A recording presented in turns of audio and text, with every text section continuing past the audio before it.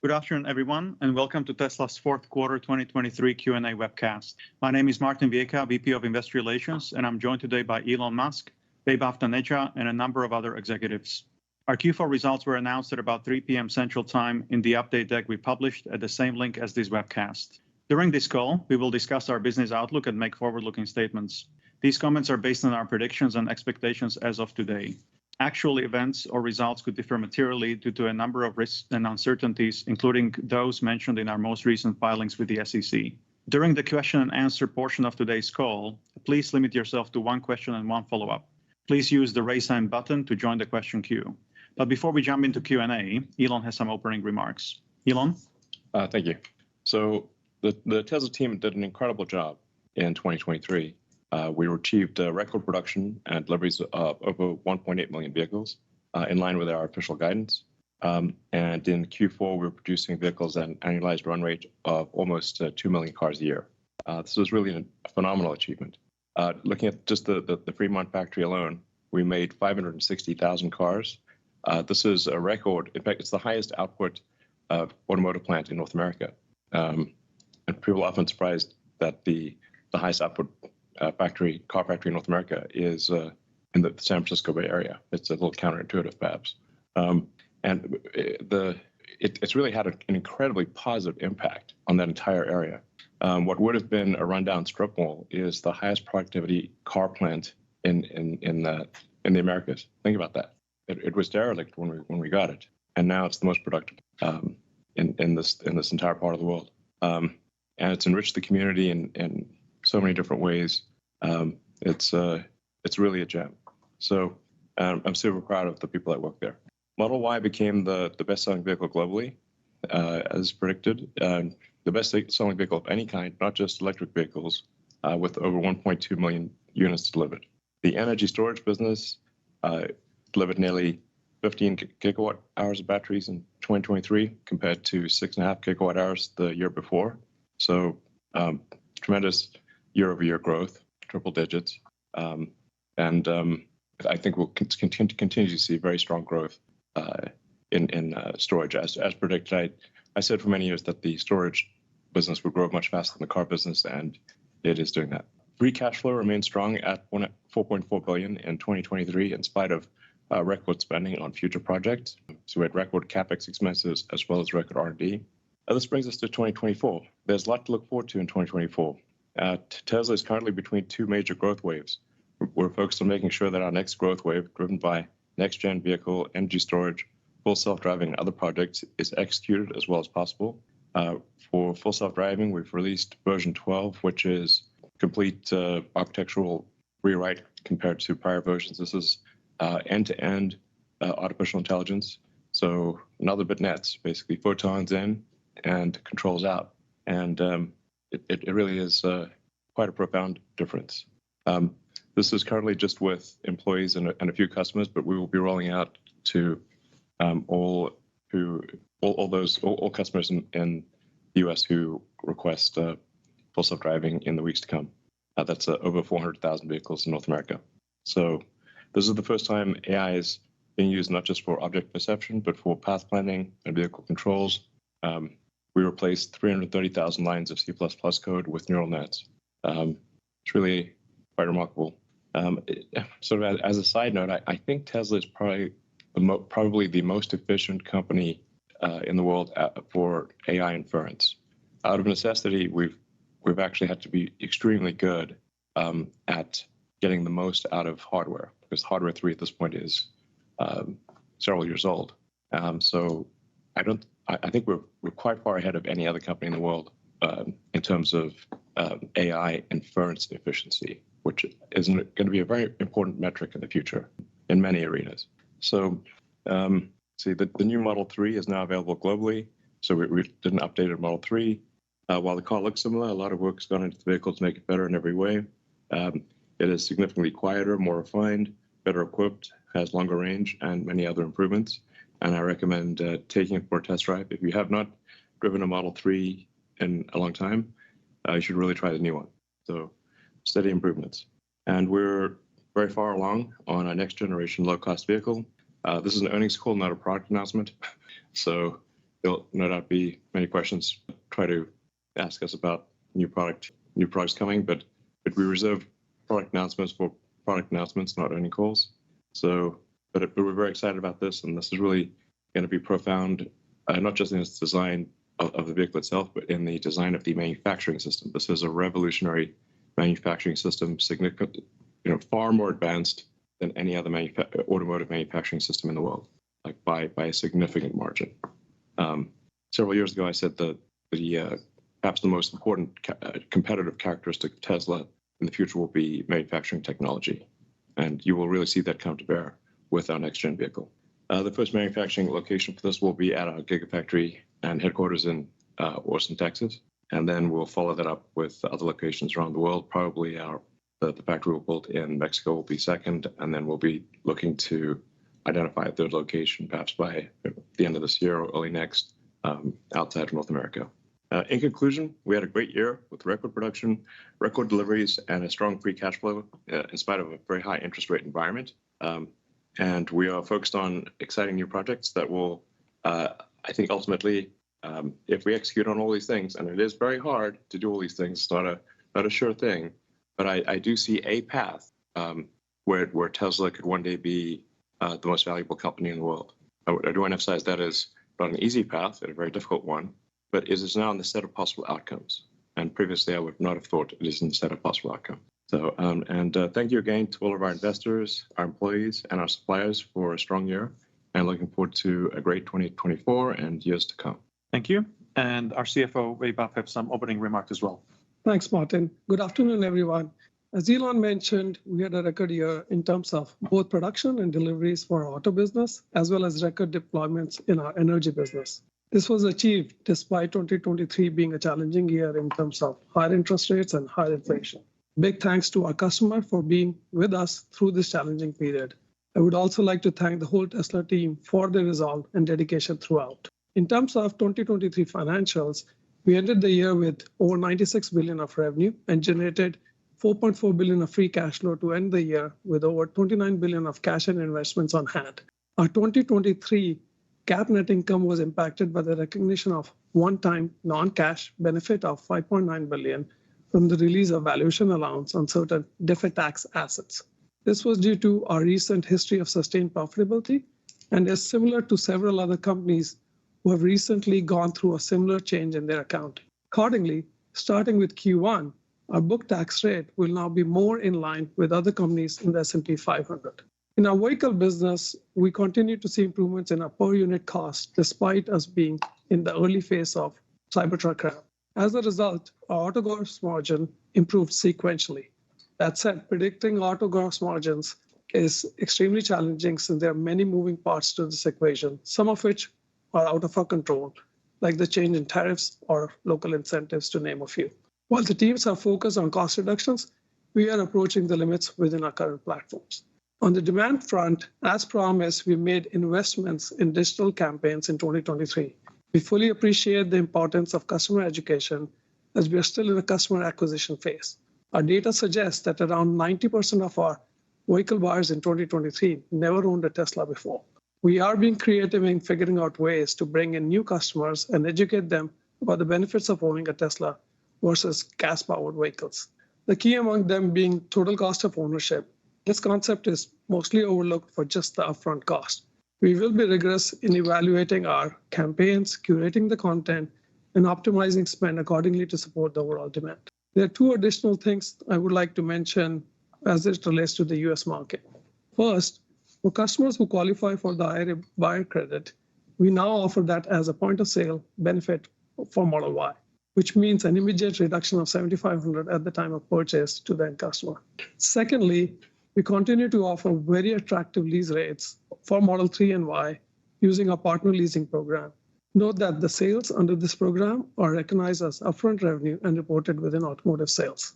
Our energy storage business had another record year with deployments more than doubling and revenues increasing by more than 50%. This business is poised to again surpass our auto business in terms of growth rate in 2024. This has been in the works for quite some time, with us laying the foundation a few years back by building our mega factory in Lathrop. I would like to thank the whole Tesla Energy team for their efforts to make this a reality. Our services and others business also started contributing meaningfully to our results and our fleets as our fleet goes, as we expect the fleet-based revenues from supercharging, used cars, and services to continue to increase. For 2024, our focus is to continue growing our output, continuing our cost reduction efforts, and increasing investments in our future growth initiatives. Accordingly, we are currently expecting our capital expenditure for 2024 to be in excess of $10 billion. We believe this would be critical in helping us lay the foundation for the next phase of growth. Once again, I would like to thank everybody at Tesla, our investors, and our suppliers for being with us in this journey. We can open it up to questions, Martin. Thank you. Let's go through investor questions. Question number one is from Michael. Given that you moved the start of the next generation compact vehicle production to Austin, has the timeline improved so that we might see the next generation platform vehicles in 2025? I want to certainly say things with that should be taken with a grain of salt. Since I'm often optimistic, I don't want to blow your minds, but I'm often optimistic regarding time. Our current schedule says that we will start production towards the end of 2025, so sometime in the second half. That's just what our current schedule says. There's a lot of new technology, like a tremendous amount of new revolutionary manufacturing technology here. The reason I want to put this new revolutionary manufacturing line at Giga Texas was because we really need the engineers to be living on the line. This is not sort of a off the shelf, just works type of thing. It's just a lot easier for Tesla engineering to live on the line if it's in Austin versus elsewhere. So, but we are currently expecting to start production second half next year. That will be a challenging production ramp. Like I can emphasize, we'll be sleeping on the line practically. In fact, not practically, we will be. But I am confident that once it is going, it will be head and shoulders above any other manufacturing technology that exists anywhere in the world. It's next level. So it's always difficult to predict what that S-curve of manufacturing looks like. So it always starts off real slow, and then it grows exponentially. And predicting that intermediate S-curve is difficult, but so I don't know. It's hard to say what the unit volume would be next year. We're not going to make any predictions on that front, but it does seem quite likely that we will start production next year. Thank you. The next question is from Michael again.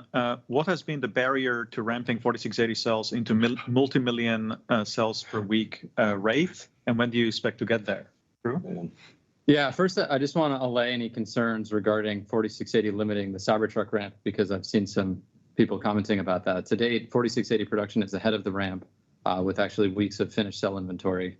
And the goal is to keep it that way, not only for Cyber, but for our future vehicle programs. And as Elon said, it is an S-curve here too. Like it's hard to predict these things, but I'm just describing our goals. It's a hard problem. Like, yeah, there are entire companies where all they do is make battery cells. That's like all they do. Indeed, okay. Indeed. We do a lot of other things, and we got a lot of breakthrough technologies that take time to figure out with 46. It's not just that it's a 46 millimeter diameter by 80 millimeter tall cell. That's just the diameter. That's just the dimensions. Mm-hmm. There's a tremendous amount of new technology in the cell itself and manufacturing technology. Yes, exactly.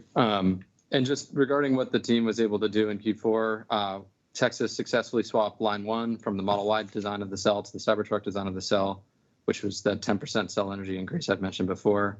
And as with any major new product introduction, the factory and engineering teams collaborated to ensure quality of the new design and the process changes as their first priority. And now our focus returns to cost and production ramp in Q1. In terms of what we're doing, we're currently running 1 production line, 1 assembly line, using 2 assembly lines in addition for yield and rate improvement trials. And we have a 4th in commissioning, and 4 more will be installed starting in Q3 this year. So definitely this is a big year for ramping 4680. But we also do want to emphasize that we also expect to ramp orders from our suppliers. Yep. So this is not about replacing our suppliers, it's about supplementing our suppliers. So we are very appreciative of our suppliers. Panasonic obviously is our longest supplier. They're an amazing company. We've got CATL, we've got LG, and BYD. Thank you. The next question is from Adam. Should retail shareholders be concerned that Elon has stated that he's uncomfortable expanding AI and robotics at Tesla if he doesn't have 25% of voting? Yeah, I guess let me explain what my concern is here, which is that I see a path to creating an artificial intelligence and robotics juggernaut, truly immense capability and power. And my concern would be, I don't want to control it, but if I have so little influence over the company at that stage, that I could sort of be voted out by some sort of random shareholder advisory firm. We've had a lot of challenges with institutional shareholder services, ISS, I call them ISIS, and Glass Lewis, which there's a lot of activists basically infiltrate those organizations and have, strange ideas about what should be done. So, so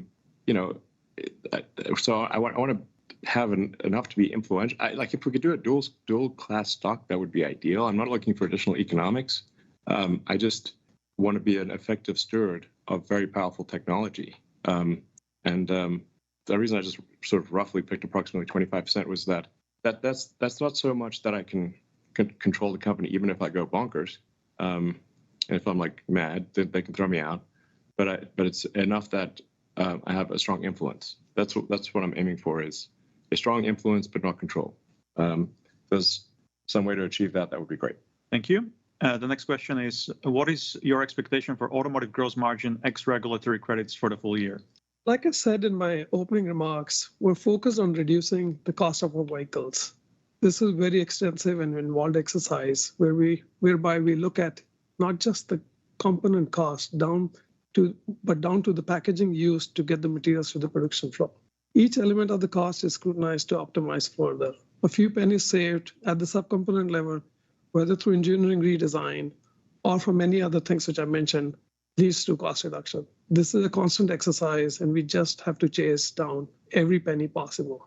We have a strong team which is hyper-focused on this. However, this is a very difficult thing to predict precisely because there are a lot. We don't know. We don't have a crystal ball, so it's difficult for us to predict this with precision. If the interest rates come down quickly, I think margins will be good, and if they don't come down quickly, they won't be that good. It's always important to remember that the vast majority of people buying a car is about the monthly payment. It's not that people don't want. We have tons of we have lots of people who want to buy a car but simply cannot afford it. That as interest rates drop and that monthly payment drops, then they're able to afford it and they buy the car. It's pretty straightforward, and there are no tricks around to get around this. Okay, thank you. The next question is, does the company anticipate 50% volume CAGR to be realized in either 2024 or 2025? If not, why not? As we have said in our prior guidance, there will be periods where we won't be growing at the same rate as before. We are between two major growth waves. The first one began with the global expansion of Model 3 and Y, and we believe the next one will be initiated with the next generation platform. In 2024, our volume growth will be lower, as we have said, because we're trying to focus the team on the launch of the next generation vehicle. All right. Thank you very much. The next question is from Michael. When will Tesla start construction on the Giga Nevada expansion and Giga Mexico? And when can we expect each of these to produce their first products, such as 4680 cell, Semi, and the next gen vehicles? We have recently broken ground for the next phase of Giga Nevada expansion to incorporate Semi and other projects. But as said earlier, as regarding Mexico, we want to first demonstrate success with the next generation platform in Austin before we start construction. Therefore, we have started the long lead work to get the basics ready and plan to follow our recipe from the 3Y ramp with Shanghai, where we started with learnings from Fremont and ramped really quickly. Yeah, exactly. It's important to emphasize that, Model 3 production was 3 years of hell. Honestly, before some of the worst years of my life, frankly. I still have mental scar tissue from those 3 years, as do many. but then Model Y was somewhat of a variant on Model 3, so a much easier situation. And then we were able to actually do slightly improved versions of, in some cases, significantly improved versions of the Model Y production line in Shanghai and Berlin. And that's the right. I think the sensible way to go about things is kind of figure out the core technology of the manufacturing line and then replicate it with improvements throughout the world. Thank you. The next question from Michael is: has there been any progress made with an FSD licensing agreement with another company? I really think lots of car companies should be asking for FSD licenses, but and we've had some tentative conversations, but I think they don't believe it's real quite yet. I think that will become obvious probably this year. And I do want to emphasize that if I were CEO of another car company, I would definitely be calling Tesla and asking to license Tesla full self-driving technology. It's definitely the smart move. Thank you. The next question from Siddharth. What is the timeline for Optimus' first production of a volume production line, and what are the barriers to getting there? Optimus obviously is a very new product, an extremely revolutionary product, and something that I think has the potential to far exceed the value of everything else that Tesla combined. And when you think of an economy is productivity per capita times capita. But what if there's no limit to capita? There's no limit to the economy. And the technologies the AI technologies we developed for the car translate quite well to a humanoid robot, because the car is just a robot on four wheels. Tesla is arguably already the biggest robot maker in the world. It's just a four-wheeled robot. So Optimus is a humanoid robot with arms and legs. It's by far the most sophisticated humanoid robot that's being developed anywhere in the world. I think we've got a good chance of shipping some number of Optimus units next year. But like I said, this is a brand new product. A lot of uncertainty. When there's a lot of uncertainty and you're in uncharted territory, it's obviously impossible to make a precise prediction. But we will be updating the public with progress on Optimus, every few months, and you can see that it's advancing very quickly. I was just in the Optimus lab actually until late last night. I think until like midnight or something. I finally left the Optimus lab. The team's doing amazing work. That's obviously a case where we want to make sure that Optimus is safe, especially at scale, and that it should be impossible for any centralized control to upload malware to a humanoid robot. So we're going to want to build in localized shutoff that cannot be updated from a central server. That's a case where we really have to give extreme thought to safety. But like I said, I do think it has the potential to be the most valuable product of any kind by far. Just to comment on the barrier, I think the barrier, and we've talked about this, is like getting it to actually do something useful. Like we can get it to walk around, we can get it to do things, but it's like that utility part. We can already do some useful things. But like to making millions of these things, it's like utility. Got to get the utility up. A smart robot that can that's capable of doing generalized tasks is what it will be. Yeah. And in terms of doing moderately specialized tasks, well, it can already do that. It'll just get better through the course of the year. As we improve the technology in the car, we improve the technology in Optimus at the same time. It runs the same AI inference computer that's on the car, same training technology. We're really building the future. The Optimus lab looks like the set of Westworld. But admittedly, that was not a super utopian situation. Yeah, not the best reference. Yeah, the creators of Westworld, Jonah Nolan, Lisa Joy Nolan, old friends of mine actually, and I invited them to come see the lab. Come see it hopefully soon. It's pretty wild, especially the sort of subsystem test stands where you've just got like one leg on a test stand doing repetitive exercises and one arm on a test stand. It's pretty wild. We're not entering Westworld anytime soon. Right. Well, we're going to take safety very, very seriously. Thank you. The next question from Nermin is, how many Cybertruck orders are in the queue, and when do you anticipate to be able to fulfill existing orders? First of all, I want to thank all the Cybertruck reservation holders for their patience. The reservation to order conversion rate so far has been very, very encouraging. If the trend continues, as it's very likely to be, we will soon sold out all the builds in 2024. And also, we have new orders come in after the launch. The order numbers keep growing. So we're now all hands on deck, focused on ramping, so we can fulfill all the demands in a reduced wait time. Yeah, it's important to emphasize that this is very much a production constrained situation, not a demand constrained situation. And we, obviously, we could dramatically raise the price, but that doesn't feel right to us to sort of gouge people for for early delivery. But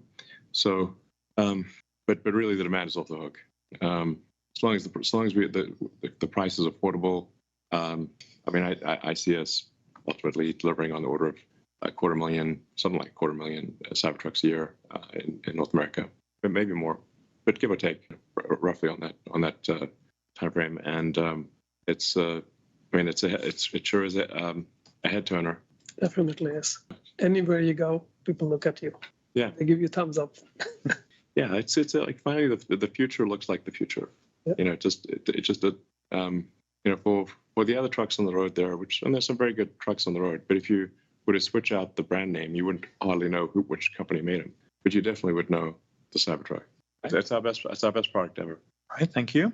The next question is, can we get Tesla energy volumes reported in the production and delivery release? Yeah, we will strive to do so starting from this quarter. And just update from the business perspective, Megapack continues to see strong demand signals globally, driving consistent growth trajectory through 24 and 25. We want to thank all of our partners who've put their trust in the Megapack team to execute on critical infrastructure around the world. And I would like to personally thank the Megapack engineering and production teams for their strong 2023 execution. Lathrop continues to ramp through 2024 with the operation of a second final assembly line to double capacity from 20 to 40 gigawatt hours by the end of the year. Thank you. And the last investor question is from Siddharth. What are the preliminary results on return on investment of your ads and education campaign? Given that many people still lack awareness that Tesla average price is less than the average non-luxury car price of $45,000, will you expand educational ads? As Elon mentioned, the ultimate solution to increase EV adoption is really address the affordability issue. But at the same time, we do aware there's an awareness issue as well. So in Q4, we ran a series of digital campaigns, very targeted digital campaigns across different geos and different channels. The target of these tests is really just to drive awareness and ultimately measure the return of investment on those digital channels. The messaging we're driving is really focused on our product and also try to address some of the misconception of the EV, such as safety, affordability. In one particular awareness campaign we run in Texas, we reached the audience about 10 million unique viewers and generated close to 500,000 visits to our website. A large number of these viewers are first-time visitors to our site. The traffic through these digital channels actually behaved very similar to those organic traffic come to our website. So going forward, we're just going to keep exploring different channels and doing our trials to get a better understanding of this effectiveness of this digital campaigns. Yeah, but I would also like to caution that we'll be very careful that we don't want to overspend on this side. We want to make sure people are aware, but that's where we'll keep tweaking our methodology about how and where we spend the money, because we understand the importance of increasing awareness, but at the same token, we don't want to spend a lot of money on just creating awareness. Yeah, there are some geographies where our market share is remarkably low, like Japan, for example. Now, we obviously need to make sure that we have superchargers in the right locations and the service centers are there and the product works well in Japan. But Japan is the third largest car market in the world of any country. So, we should at least have a market share proportionate to, say, other non-Japanese car makers like Mercedes or BMW, which we do not currently have. So I think that's a case and when I talk to friends of mine in Japan, they're like there is like quite a lack of awareness of Tesla. So that's a case where we definitely need to increase awareness in countries and regions where there is not that much awareness. Thank you. Let's go to analyst questions. The first question comes from Pierre Ferragu from New Street Research. Pierre, go ahead, please. Feel free to unmute. Pierre, can you hear us? Okay. Well, it's really tough to find the unmute button on Teams, guys. I'm sorry for being late. So yes, my question would be, on like the cost reduction. You've talked about it already a lot, and if I look at it over the last like 5-6 quarters on average, the COGS per car has been coming down like more than 2% sequentially on average. So that means you're like on a trajectory of COGS per car going down 10% a year. So that's probably like unheard of in the auto industry. I don't think any car manufacturer ever achieved that. But that's very, very mundane and it's a good performance, but it's a very normal performance in a lot of other manufacturing industry like microelectronics or consumer electronics. And so I'd love to hear your thoughts about whether you consider yourself closer to the latter, to like a microelectronics business where you have this ability to actually always improve cost, you have more control on how things are pulled together into your fabs, and you see yourself sustainably taking costs down with that kind of pace, or do you think your ability to take down cost is actually going to become more like in line with the rest in the industry over time? Yeah, I think I've covered this in a pretty lengthy detail, even in my opening remarks and in a previous question. But to just further clarify, we are constantly looking for what we can do to reduce costs. And like I said, it's a game of pennies. We've talked about it before as well. And the team is constantly going and checking where can we reduce the cost further. And do I believe that we will have the same pace which you've seen over the past few years? Probably not, because remember, we were coming out with a period wherein commodity prices were rising. So then we did see benefits coming from that. So those are more or less, taken care of. But there is more which we're still chasing. And, I would say a big kudos goes to the team out here at Tesla, both the engineering team as well as the supply chain team, because every time we give them a challenge, they go gangbusters to try and figure out whatever they can to take out further cost. But yes, I would want to caution that do not project the previous cost reduction at the same pace completely in the future, because with our current platform, we are getting to a place wherein, there are limitations. Yeah, the increased scale also sort of helps us there. As we introduce new products, we have the opportunity to go renegotiate existing suppliers for better pricing. We're looking at every penny, like Vaibhav and Elon mentioned. Just to give you an example, our inbound logistics cost has come down by 22% year over year. And this is because of optimization on using returnable packaging as opposed to, cardboard, which is even better for the environment, optimizing trucking routes, negotiating better pricing with shipping companies, with trucking companies, going with full truckloads, and just doing that sort of. The bigger we become, the more we put thought into these things, and the more efficient we become as a result of it. So those work streams are going to continue. And we're also getting into the tiers of supply chain to see if there are opportunities. Yeah. Getting into the tier 2s, tier 3, tier 4 levels, and then negotiate those pricing as well to get more efficiency out of the system. And then on the design side, we're not static, right? Like, especially in areas where the technology is still improving rapidly. Power electronics is a great example. We continue to bring improvements there that are like fundamentals, sort of driven from the device up, that result in cost reductions generation over generation, and they don't only go into the new vehicles; they come to the old vehicles as well. So that's closer to what you were talking about with like the microelectronics space.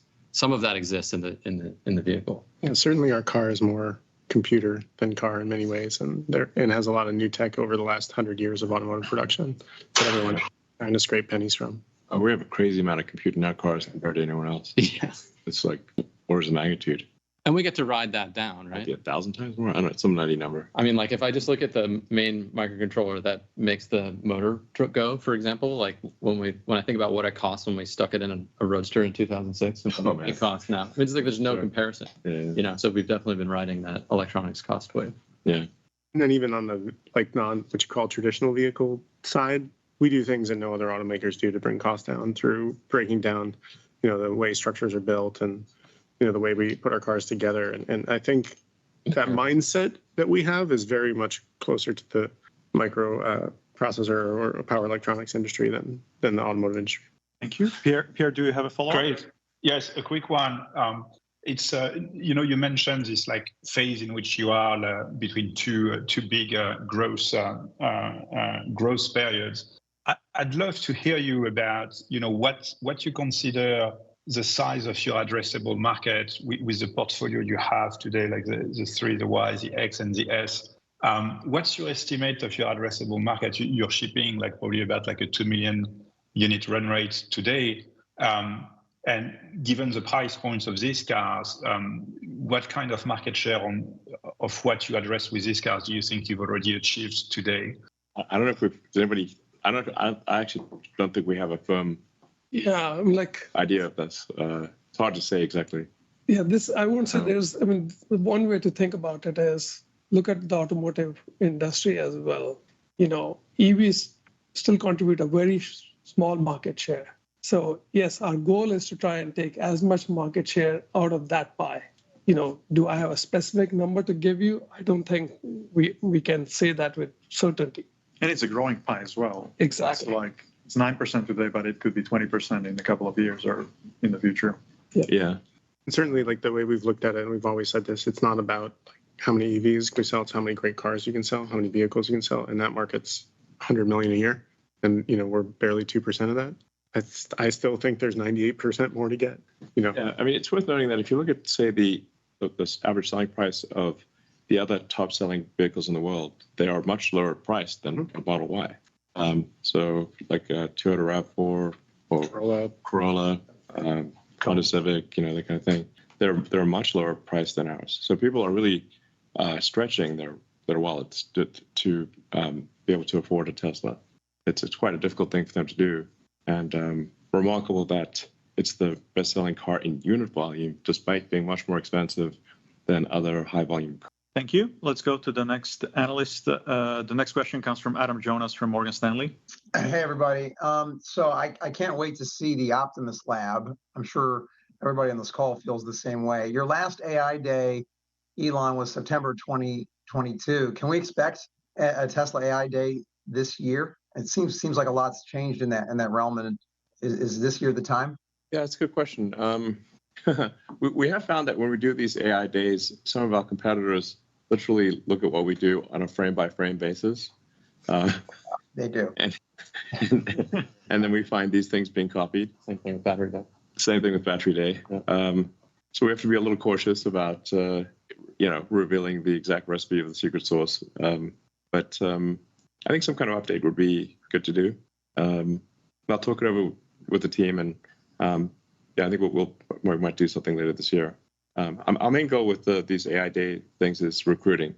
So yes, and to sort of change the perception of Tesla as people thinking of Tesla as a car company when they should be thinking of Tesla as an AI robotics company. Mm-hmm.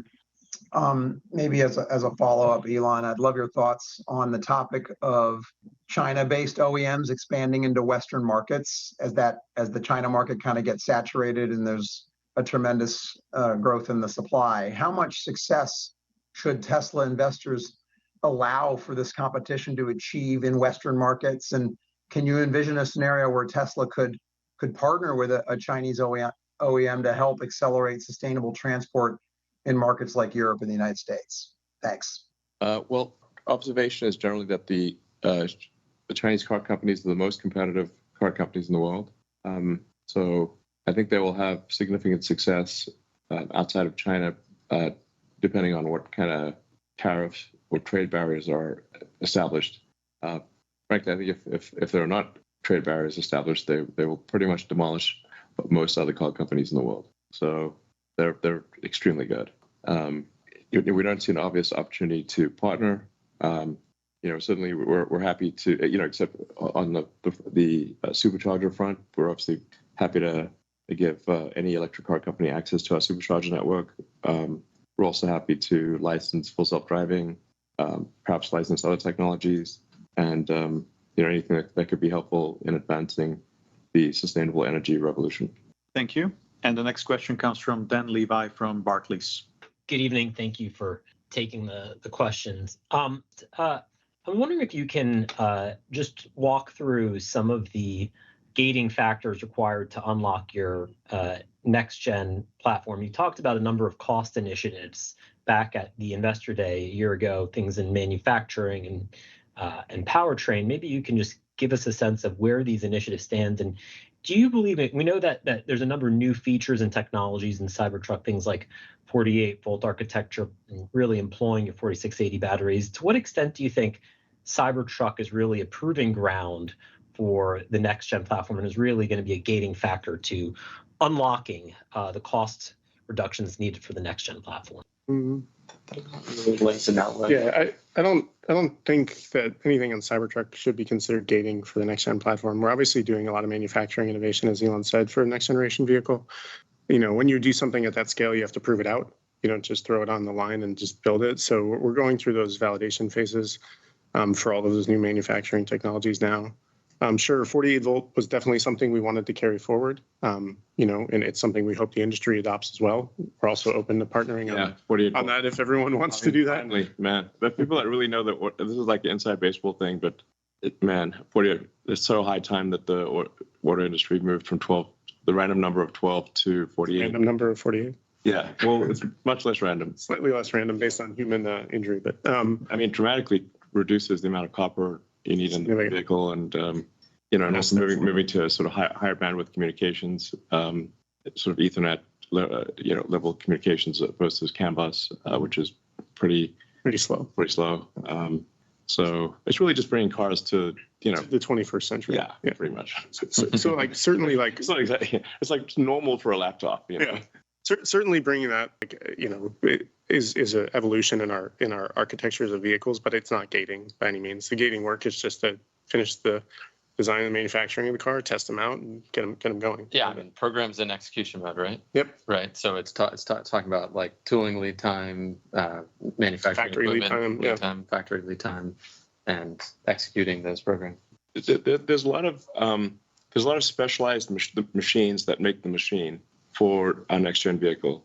So these are not machines you can just order from anyone. Mm-hmm. You have to design a machine that has never existed to build a car in a way that has never existed. So you don't just have like a design validation phase, but you have an equipment design validation phase as well. It does make it very hard to copy us because you have to copy the machine that makes the machine that makes the machine. So talk about tiers. It's not, it's like, exactly, manufacturing exception. So I do think it's quite a powerful sustainable advantage because there just is no place to go to order the machines that our next gen car that don't exist. Thank you. As a follow-up, your release does not mention Dojo. So if you could just provide us an update on where Dojo stands and at what point you expect Dojo to be a resource in improving FSD, or do you think that you now have sufficient supply of NVIDIA GPUs needed for the training of the system? I mean, the AI hardware question is that is a deep one. So we're obviously hedging our bets here with significant orders of NVIDIA GPUs, or GPUs are the wrong word. There really needs to be, you can't like produce graphics. So it's not a graphics processing unit, neural net processing unit or something like that. GPU is a funny word, like vestigial. And a lot of our progress in self-driving is training limited. Something that's important with training, it's much like a human. The more effort you put into training, the less effort you need in inference. So just like a person, if you train in a subject, it's sort of classic 10,000 hours, the less mental effort it takes to do something. If you remember when you first started to drive, how much of your mental capacity it took to drive, you had to be focused completely on driving. then after you've been driving for many years, it only takes a little bit of your mind to drive, and you can think about other things and still drive safely. So the more training you do, the more efficient it is at the inference level. So we do need a lot of training, and we're pursuing the dual path of NVIDIA and Dojo. But I would think of Dojo as a long shot. It's a long shot worth taking because the payoff is potentially very high, but it's not something that is a high probability. It's not like a sure thing at all.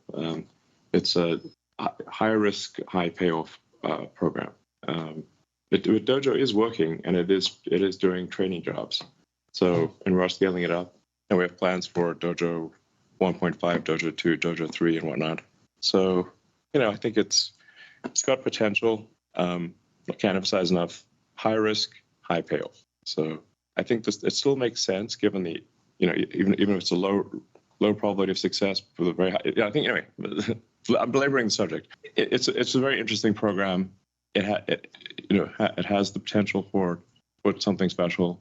There's also our inference hardware in the car. So we're now on what's called hardware 4, but it's actually version 2 of the Tesla designed AI inference, and we're about to complete design of. The terminology is a bit confusing.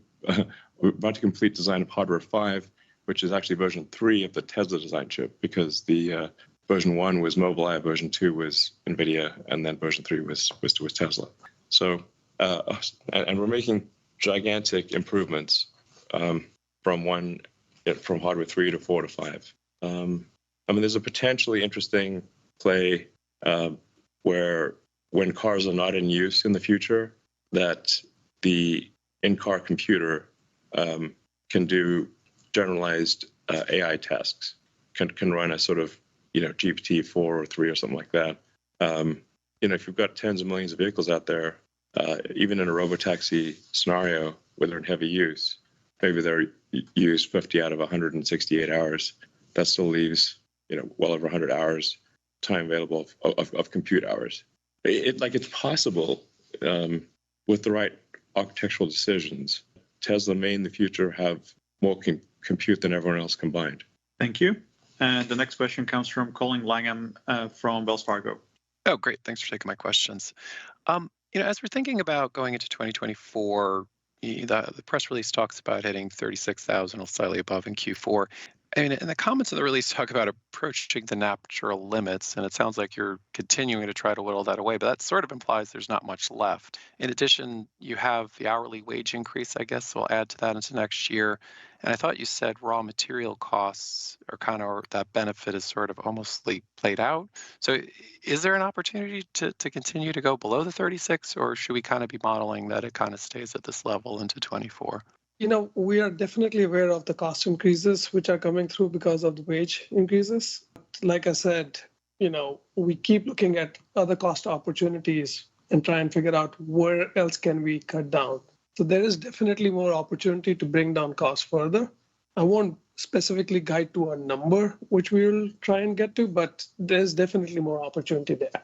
Yeah, we're chasing lots of cost opportunities on the design side still for 2024. North of 8 figures is what we're worth of, just in my organization, and Lars has got a bunch.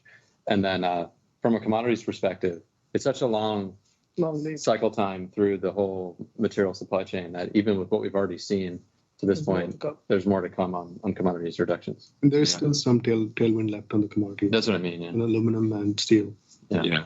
And battery materials. It boggles my mind to think that if we make a 1% improvement in costs, that's $1 billion. Yeah. So it's like, on average, if we reduce the cost by 1 penny, $1 billion. What? And we started off, wasn't that long ago, that we're only making like 10 cars a week. So where does it lead ultimately? With good execution, like I said, it's not a slam dunk, but with if we execute very well, I think Tesla could be the most valuable company in the world. Thank you. Colin, do you have a follow-up question? Yeah, just a quick follow-up. In the commentary, you mentioned the taxes would go to the S&P 500 level.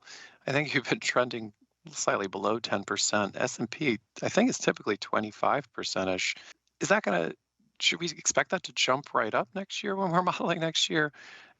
Or would it be like a gradual change over the next few years? And any cash impact from that tax change as well that we should be considering? Yeah, so there's no impact on cash taxes from the release of the valuation allowance, which I spoke about. What it does is it's how you account for taxes on your books. So it's basically an accounting change, wherein there are certain jurisdictions, because we had enough NOLs, etc., wherein we didn't have to accrue book taxes. Now that the valuation allowance has been released and we have recognized deferred tax assets on the books, that means your tax rate immediately goes up. Okay. I think that's all the time we have for today. Thank you so much for all of your questions, and we'll speak to you again in 3 months. Thank you. Bye-bye. Thank you.